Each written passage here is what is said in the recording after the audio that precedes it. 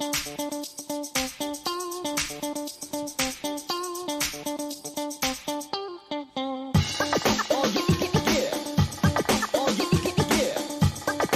right. If you're waiting for a John Sheeran rap, there is not one this week. But it's bye week. That's my best pop attempt. Hoji as the musician would be so disappointed. But Daddy-O, I know you'll keep us all in line. So welcome everybody to the #1 Bengals podcast and this song that just keeps carouseling. We got a good show for you today. Stick around, hang out with us, comment in the chat, and let's see if we can see anybody's faces. Daddy-O, John, where you at? Yeah, well, we are coming up right here as the intro ends. Thank you. Welcome to the #1 Bengals podcast. I'm your host, Daddy Maktouk, joined as always by, I was going to say Dr. Hoji, Dr. Smoji, but it looks like it's Dr. Hoagie, the pepperoni Smoji, and he's not here yet. If he knew it was a meat pun, right? He would be very that's why Matthew said it. Like he knew. Yeah. He just do without impunity. Yeah, exactly. And obviously, Bridget, the HR Jankars, and John the Brain Sheeran. And Bridget had on our show a few months ago a man who is now the most powerful man in the world. That's right. Or in Ohio District 1. Ohio, right. Ohio is the world. It's all Ohio. Which is our right? world. Yeah. And right. So do you want to tell us about what happened after? So he came on their show. He's just an average citizen, Bengals fan, comes on their show. And before you know it, people are casting their votes for this guy. That was basically... I mean, he was in city council. So Greg Landsman was on our show, Councilman Landsman, and he just ran his race, got the most votes because that's democracy, Daddy-O. And he's headed to represent Ohio District 1 in D.C. Yeah. So super proud of him. Yeah. And District number one podcast. Makes a lot of sense. He's honestly one of the top, I would say, 50 greatest success stories from the podcast.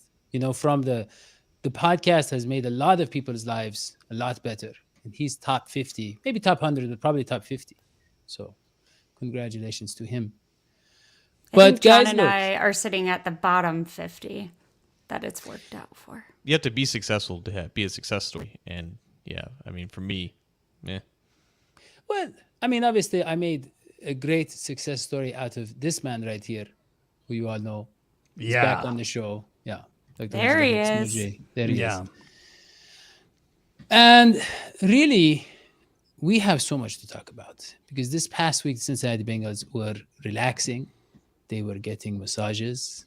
Yeah. They were probably eating all sorts of meats, replenishing those muscles. No. And they're getting ready to face the Pittsburgh Steelers, who are maybe the worst team the Bengals have played this year. And somehow they lost. They did lose. And I'm sorry coming late to the party here, but I have a question for anybody who can answer it, which I'm guessing is going to be John. And that is, what's at stake, John? If steak, not great meat. No, with an AKE. If the Bengals lose this, is it fair to say that they have no wildcard chance of playoff hopes? Well, they wouldn't have no chance, but they would be 5-5 in a conference where 9 teams, including them, have 5 wins. They're in the thick of it. They wouldn't be out of the thick of it, so to speak, if they lose. But presumably, they need to go 5-3 in these next 8 games to get to the 10-win mark. That would get them in a position, including tiebreakers, conference win percentage, all that jazz, to be at the very least a wildcard team. 10 wins would still put them in the conversation to potentially beat out the Ravens in the AFC North race, but the Ravens have like an 85% chance of winning the division at this point, considering the teams they have yet to face and the fact that they are 1 game ahead of the Bengals. So dropping this game would not be the end of the world, but I think we can all agree that losing to the Steelers twice, this iteration of the Steelers team, it would be detrimental and demoralizing most. Demoralizing, sure. but it wouldn't be the end of things. Okay, because I had figured that maybe I'm being, too negative, but I kind of was thinking that if they don't win this, then put a cap on it and just wait for next year kind of thing, because that's way too many losses to be in a playoff contender. But maybe I was wrong in doing the numbers. Especially because the Dolphins, I believed when the Dolphins won, somehow that hurt our chances, right? Isn't that? Am I wrong about that? Well, I mean, the Dolphins are 7-3. I think they're first in the AFC East right now, which makes the Jets and Bills 6-3 or whatever in the wild card spots. I think all three wild card positions right now are held by AFC East teams. The Bengals played the AFC East this year. So far, they're 2-0, it bodes well for them. But they just have to finish out. They have to get in it, right? Yeah. Okay. Which gets us to, what we really want to talk about today. Gets us to the tofu of the topic, so to speak, which the is Pittsburgh Steelers. Pittsburgh Steelers. Yeah. And really, with the Pittsburgh Steelers, they have a quarterback who a lot of people are saying he had a great Stinks. future in miniature painting, Yeah. right? Maybe in Powdering jock straps or something like that, but not in football. But that's the thing. They did beat the Bengals in a weird way, in a freak game, with a lot of missed field goals. Well, and with a lot of missed calls, by the way. John, and that brings me to one of the things that you want to talk about that we need to improve on, which is the special teams, which has looked very special in the way we used to say a few decades ago. We say someone is a special. Yeah, we don't use that. HR, come on. Let's Nope, No, that's a big old red flag and right up. No, I saw that joke coming from a mile away, and John. John, hold on. Yeah. All I'm saying is, look. Nope. We're going to John. John, tell us how special teams can improve. What do you want me to diagnose here? Because I don't feel like I'm qualified. Well, to. Okay, so maybe you should ask me. Sure. Maybe you should ask me. Hoji, what went wrong? What teams improve? Well, it's McPherson, really. I mean, McPherson had a horrible game against the Steelers. It was his worst game of the year.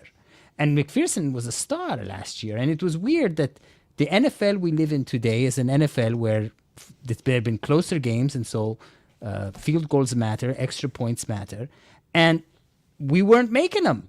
And actually, I think did McPherson miss an extra point last game or something? Because he missed a field goal. Yeah, he's had some off days. And if you guys remember, I believe wasn't the Steelers game, wasn't that the one where they held the laces the wrong way and they couldn't get the guy to? Well, we had our longest snapper. He snapped his. What did he snap, John? It wasn't the ball. Arm. He snapped his bicep. arm. Yeah, he snapped his bicep. So that's the kind of thing that I don't see happening this game. I think we've got all those things. Well, worked John, out. but John, a lot of people are saying that McPherson still does not have the chemistry with the newest snapper. Maybe. I don't know. Yeah. I mean, this is feel the like kind of kickers- thing 10 years ago no one cared about. Well, kickers John, just go yeah, through and these the other thing slumps, is- though. Like, right? Yeah. Like, this is, even if it's Evan McPherson, like, it's pretty normal for even the best kickers, aside from, I guess, Justin Tucker, to kind of go through these ups and downs. Yeah. I think with this game specifically, all eyes are going to be on Kevin Huber, who I feel like is the real menace to the special teams woes right now. He's one of the worst punters in the league. He is. And, John, if we learned anything from Ace Ventura, Pet Detective, it's that the kicker is a highly neurotic position. It's got a lot of brain work going on there. Let me just. Do you remember, John, training camp when McPherson's walking around and he's like going to the special field, Bridget? It's just a field for people who cannot play the normal football. Specialists. They have a separate. They have a name. Yeah, they have a separate field for the people who play a different kind of football. He doesn't know what special means. But John, he doesn't know what special means. hold on. That's the cool field, because if you're a fan, Yeah. if you're a fan and you're standing along that, what would it be, the west edge of the training field, they walk by you. They walk Clark Harris it's so cute. moves Everybody's over like, the rope. you can do it. You are just like Nope. the rest of them. But Nope. John, what I'm saying, that's not. They are not. I'm talking to John. What I'm saying is everybody was oohing and eyeing and, sign this, sign that. They loved McPherson. Yeah. He was maybe, after Jamar Chase, was the most sought after player by fans. Yeah. And Does he he's sign this with his little- feet? He's this little 15-year-old kid with the pimples, and he's like, I mean, he wasn't ready Pimples for and the that dimples. hype. I mean, John, I think in the history of the game, there have maybe been 2 or 3 kickers who had as much hype around them as he did. This guy was like, after Burrow and Chase, maybe the most popular player during that playoff run. He still got it. He's missed 2 field goals in 3 weeks. But He's no, only I know kicked what I'm 2 saying field is, goals I'm saying with in 3 kickers, weeks. so much of it is the focus. I know. Right? Because it's such a snap. It's a snap thing. Well, it's not But there's just no the need to focus talk that year. anyone off the ledge because no one should be on the ledge yet. He's missed 2 field goals. No, He's I'm missed saying, six. But it I'm wasn't saying just. It's not just that. There's the wind. There's the snapping. There's a lot of other factors going into this. And when he missed those kicks, I mean, if I remember correctly, in the Steelers game, there was some weird stuff. And the other guy, am I getting this game mixed up with another game where everybody kept missing kicks? That It the was Packers game like last the year. Green Bay game last year. It was like the Green Bay game. No, It had the it was same us. vibe. It was us. Yeah, it had the same vibe. And I remember there was something in the wind, I think, too, and we had the kickers off, and then it went to overtime. I don't think this game's going to be like that. I think Yeah. this is an easy game for the Cincinnati I don't Bengals. remember. No, I don't remember the way you're describing the game where they had the problem with wind. I don't remember that. No, I think it was don't mean mostly gas. John, I want. I to mean the move wind on. in the atmosphere. Yeah, John, I want to move on, please. No, now, before we move on, are we still going to talk about the Steelers when we move on? I want to get back to. I feel like Yes. we haven't even gotten to the Steelers Okay. because we want to talk about what they need to improve on in the bye week. And John had a list for us. One of them was the special teams, and another one was the tackles. Right? You We- got we are- to our bring tackles them are the step down. up. You got to John, let me tackle the ask you people. something. Man. Lyle Collins, we've seen flashes. Is he the like the Dwight Howard of the NFL, where his back injuries are just going to make him less athletic and he's No. done as a premier player? Yeah, John. No, he had a great game. I mean, he's played better in recent weeks, and I think you can attest that to just him getting healthier, just getting used to the current state of his body right now. But it was a real detriment to him back in July and August, where he couldn't really practice, and then he came out of the gate really sluggish against arguably the 2 best edge rushers in the league, TJ Watt and Micah Parsons. Ever since then, it's been better. It's been creeping back closer to league average. What I saw over the first 9 weeks, though, was a pair of tackles that just weren't playing up to the standard. And I felt it was unfair for the entirety of the offensive line to get grouped with their inadequacies in the first half of the season when Alex Kappa, Ted Karras, and Cordell Volson were playing, perfectly fine for an interior trio. Jonah Williams has to play better. Lyle Collins has to play more consistent. Once they do, the offensive line as a whole will look a lot better, and the sack numbers and the pressures will go down as such. It just seems like, though, at this point, because Jonah Williams is still dealing with a dislocated knee and Lyle Collins is dealing with that back injury, we may not see that required increase in consistency and improvement for the offensive line to be as good as it's propped up to be. Yeah. That's Okay. comprehensive. Well, that was good. was a lot. That was I mean, it was true, it was a little bit long-winded way of saying what I was trying to say, which is the What were you tackles. trying to say? What I was trying to say with the tackles, we don't really know. We don't know where they are, what they're doing, who I they think are. that was slightly don't- more analytical than that. John, please. We don't have to pay attention to them, you and I. We can just talk to each other, John. But look, I want to talk about the defensive tackles because BJ Hill has gotten some nice push, right? Once in a while. DJ Reader is practicing. I don't know if he's going to be back. Yeah. I mean, can I just say, I feel like you guys are saying the Bengals don't have any tackles. And this is a team, it's got some big tackles. It's got the tackles. They're going to do tackles. Yeah. I mean, you can't say, get some tackles, guys. You got to win this one. They've got the tackles. They just got to pull it off and make it happen. Make the magic happen. I feel like, they did pretty good last time with the tackles that they have. They got some big tackles. It's interesting how the offensive line and the defense line are like inverses of each other because conversely on the defensive line you have Trey Hendrickson playing phenomenally. Sam Hubbard's playing And the he's best healthy? he's ever played. And okay. I mean, I think he's dealing with the stinger, but it's not like it's negatively impacting. Okay, because his I performance remember many there was a ways. little bit of a concern. Okay. Yeah. But I don't get this dealing with the stink bug thing, because it's not not a that. stink bug. No, what I'm saying is a Well- lot of people, they overreact. Yeah. I don't even notice the difference in the air. A with the stinger stink would bugs. just destroy you, but that's beside the point. Inside Hendrickson and Hubbard, though, like BJ Hill's been okay, but Yeah. he's not been anywhere close to like the best three techniques in the league in terms of rushing the passer. And they've sorely missed that. They've missed that since really Geno Atkins kind of went downhill and towards the end of his career. They haven't found anyone close to replicate that push that a good three technique can provide as a pass rush, and that really helps out the production from your edges. When you have guys in Hendrickson and Hubbard collapse in the pocket from the inside, it just forces the quarterback to step up, and if there's no one to get in the way of him stepping up in the pocket, like he can still survey the field and pick apart a defense. And I think that's important when you're looking at this defense facing, quality quarterbacks at the end of the season. Like, the secondary is going to be put to the test if this pass rush can't get home on a consistent basis. They can't have it all rely on Hendrickson. Right. Yeah, They can't, especially they if- can't. yeah, No, they it's really not can't. healthy. I don't think anybody would argue that unless they No. don't know football. But Yeah. all of us here know football. Even Bridget. Bridget, what do you have to say Excuse about all me. this? Yeah, I'm saying even Bridget, including Bridget. What do you think? Bridget- I should be in the kitchen making dinner? No. Yes, no, he no, does. No, no. Get him. He does. It took some Well, big do tackles I to say have that, a Daddy. podcast for you to watch tomorrow night? Yeah, tell us about this mutiny that you are concocting, please. Well, No, really, if you want to promote your podcast, just can you give me 1 second?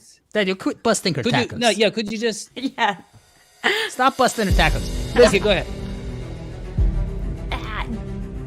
Bengals Whitney and I tomorrow night are hosting a special edition of the Morning Prowl with NFL agent Kelly Masters. I think she's had more NFL clients than any female agent in the history of the sport.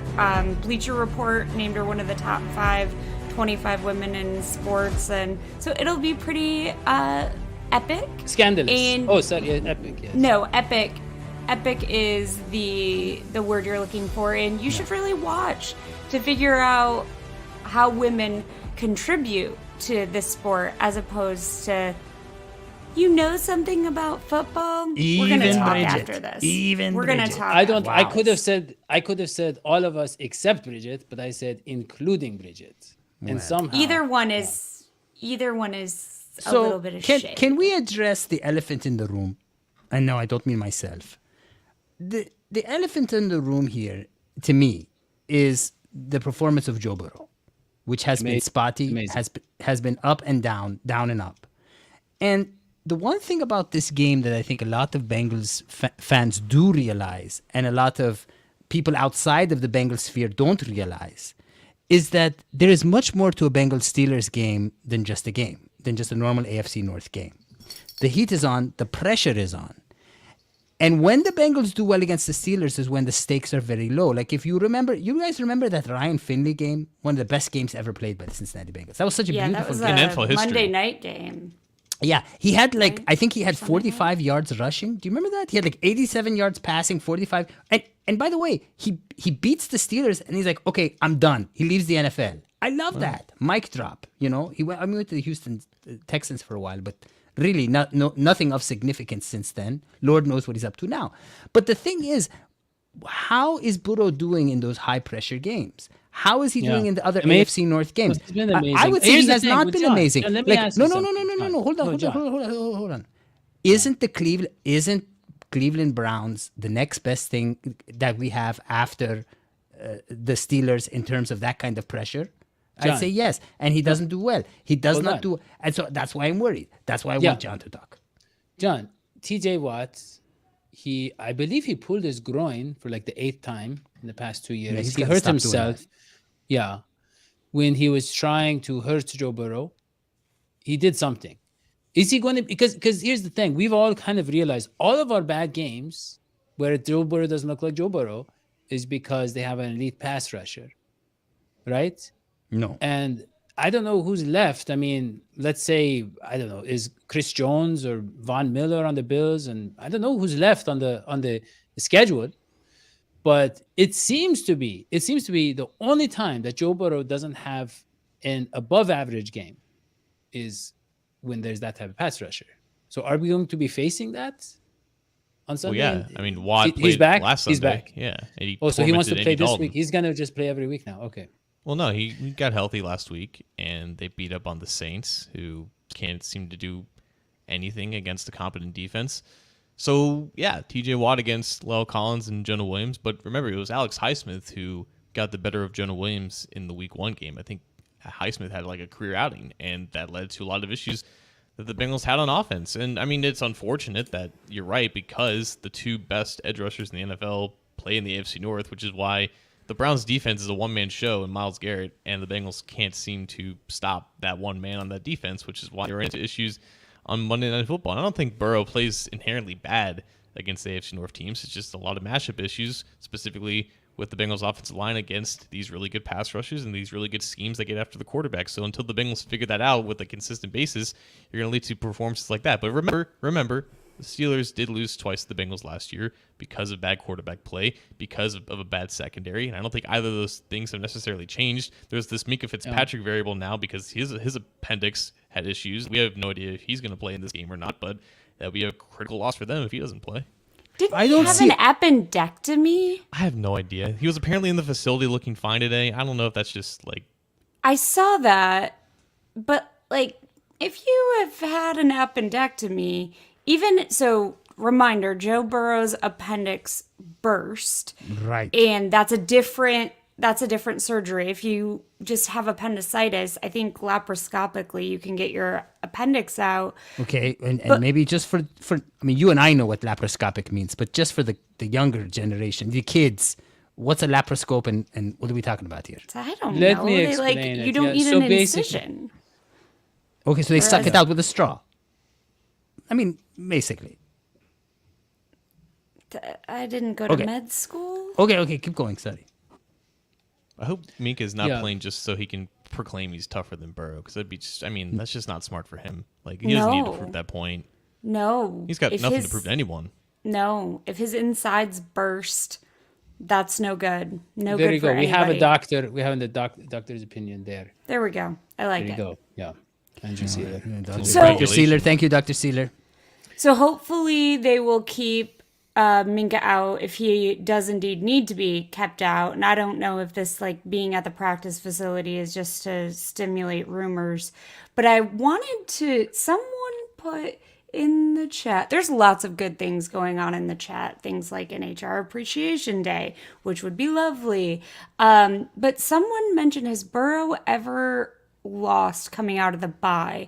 And I think that's an interesting comment because I feel like this team, so I feel like the Bengals have never been that great coming out of a bye, and maybe I'm wrong. Well, last year I feel like that's when things turned up, but this season in particular, when we've played with more rest, I feel like we haven't done as well. And so I'm curious if the bye week is going to throw folks out of rhythm, or this is the rest they need to really turn up the dial on the rest of the season. Well, I mean, here's the thing. We're getting our guys back. Reader's almost back, and Jamar Chase is almost back. I think, John, the only thing we have to worry about really is the lack of a number one cornerback. That's the only missing piece going against these high-flying backs. We're finally playing the elite quarterbacks in the league, unfortunately, and we're doing it without a real number one and maybe even a real number two, you could say. I mean, I love Eli Apple. He's fantastic. Look, I got to say, but Daddy, he's kind of hit or miss, yeah. your theory there about the pass rush, I just don't accept it. I don't think that's the issue. Last year, Burrow did really well against some tough, pass rushes. I know, what's his name, Donald Aaron or whatever. The Rams killed him. Yeah. But that even then he was holding in there. He was hanging in there. He didn't look as bad as he did against the Browns. And this year, like the Jets, the Dolphins, they have pretty good pass rushes. I think compared to the Browns, I would say the Jets and the Dolphins are superior to the Browns in that respect. And yet we won. Why can't we win against the Browns? What we're saying, It's the with the run. narrative now, It's the run. it's the premier, it's the top pass rushers. They don't have a tackle who can handle those guys. They can handle a couple of good pass rushers. They can pass them off. But they can't handle One a great one. top 5 pass rusher. You're saying when they got one great... Well, that's exactly the scenario they're going up for with the Steelers, though. Yeah. Maybe he pulls a groin again. I mean, there's honestly, John, there's about a 35% chance that TJ Watt pulls his groin in any game. He's only got 2, right? Does he have 1? Is there only 1 groin in your body? There's a lot of anatomy questions. Well, one Maybe it's groin... Dr. Sealer, paging Dr. Sealer, please. Yeah. Or is it Seiler? Yeah. It is. He Page was on both our of them. show. I Page- feel like we page should both know. of them. Page he both got. of them. He actually got married on our show. Yeah. That's the crazy part. So someone. But then when he took his wife's name, we didn't learn that's his new right. name. That's right. Yeah. Yeah. So now, You have a groin. It's Yeah, well- I don't know the muscles that high Well, school what- anatomy So was look a at really this. long Look at this. time They ago. do it. They do it in staples. they don't That even is need crazy. staples. That They use is- what a lot yeah. of people don't know is one groin is naturally lower than the other, so they don't clang while you walk. It's fascinating. I think that's a different thing. That it's evolutionary design. Yeah. I feel like this conversation could go on forever. Really. I But would I'm not I would sure hope if it so. should. I'm not sure if it should. And with that, Wait, we didn't do predictions. That's okay. we're not with that. All right. And then- Okay, you can do your predictions. So, Bridget, go ahead. Okay. Steelers, Bengals. Bengals are in Pittsburgh.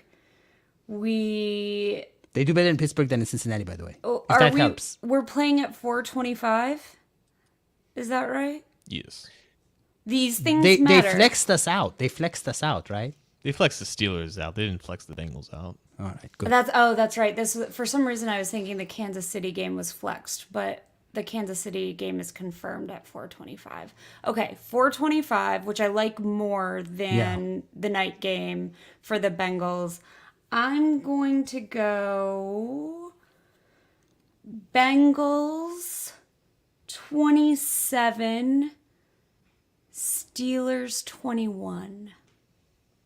Okay. Player of the game. I think it's going to be the duo of Sam Hubbard and Trey Hendrickson. Very nice. Okay. So, Yeah. me or John? John. Oh, me? That's what I thought. I think this game is going to be frustrating. Honestly, do. I think TJ Watt plays really well against the Bengals, regardless of how Jonah and Lel are currently playing at the moment. Kenny Pickett's trash. There's no way to hide that. There's no excuse as to why they can't beat him. I know that Mitchell Trubisky wasn't anything special at all when they played him in week 1, and he ended up being the winning quarterback, but Joe Burrow throwing 4 interceptions and losing a fumble definitely helps in that regard. The Bengals aren't going to turn the ball over 5 times. They might turn it over once. They might turn it over twice even. I don't think that Kenny Pickett is going to do anything against this Bengals defense. No. I know that sometimes these statements kind of bite me in the butt, and the NFL is an unpredictable beast, and sometimes just crazy stuff happens. But I don't see Pickett beating the Bengals anytime soon, really. No. But I don't think the Bengals offense is going to necessarily blow this defense out of the park. I think with TJ Watt, they're just so much better. Like, that's the impact that one special player can make, and I definitely think his presence will be felt, but it will be felt in a 17-13 loss for the Steelers. So a 17-13 sludge win match for the Bengals. Okay. Yeah. Okay. Nice, John. So, my turn. Well, we're going to put the facts together. We're going to look at the recent games, and we're going to basically, the game is afoot, so to speak. We're going to line them in a row and make our predictions scientifically.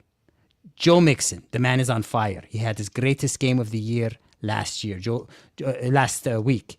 Joe Burrow tells us, if this man can play like this every week, you can expect wins from us every week. That's a signal. Joe Mixon is doing well, and there's something called momentum. When you have one great game, usually the next great game follows. Now let's look at the psychology of Joe Burrow. Joe Burrow is the kind of guy that when you question his integrity, that's when he does best. He rises to the occasion. He loves a good challenge. He's the kind of guy who's a fourth quarter kind of quarterback. Now, he has lost on an unfair way to the Steelers before.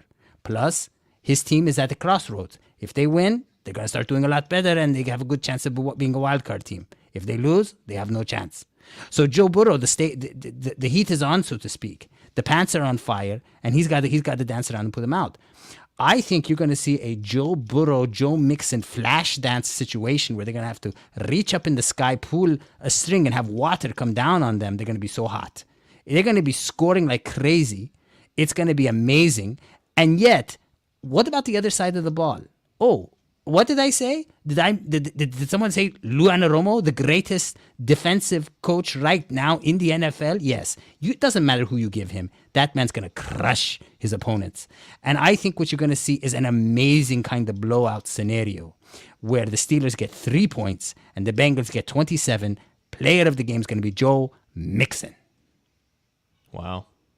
27-3. That might be the biggest blowout in Acrisure Stadium history for the Bengals. Yeah.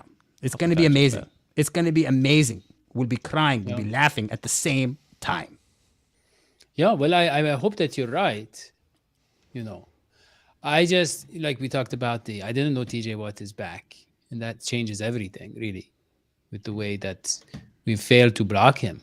Right. And I feel like the mind games that Mike Tomlin and the Steelers have, the advantage they have. So I will actually say that I think the Steelers are going to squash the Cincinnati Bengals. Oh, no. Yeah. That's horrible. Not my favorite vegetable at all. No. It is to the tune of 31-17 Cincinnati. Okay, and there we go. So wait a minute.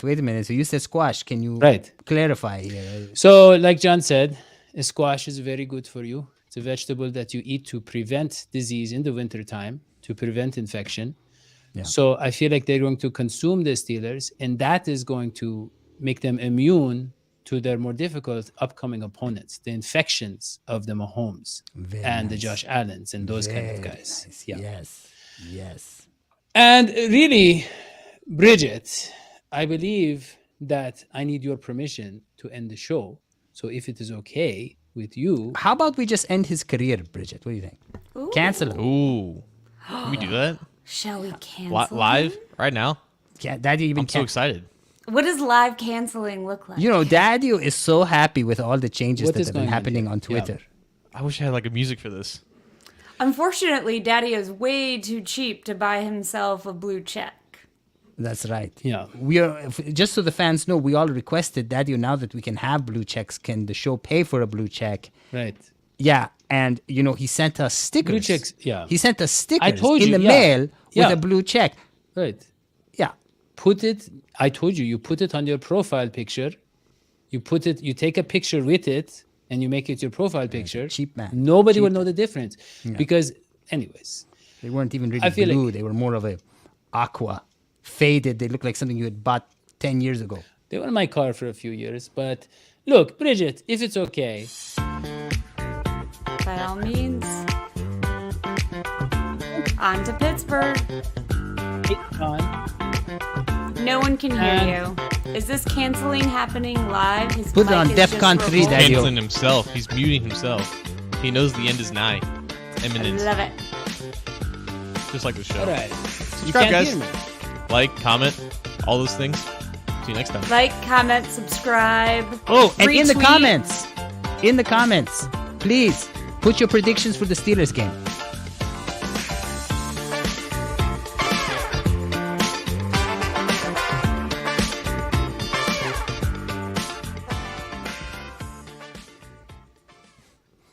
Yeah. Frozen Daddy-o.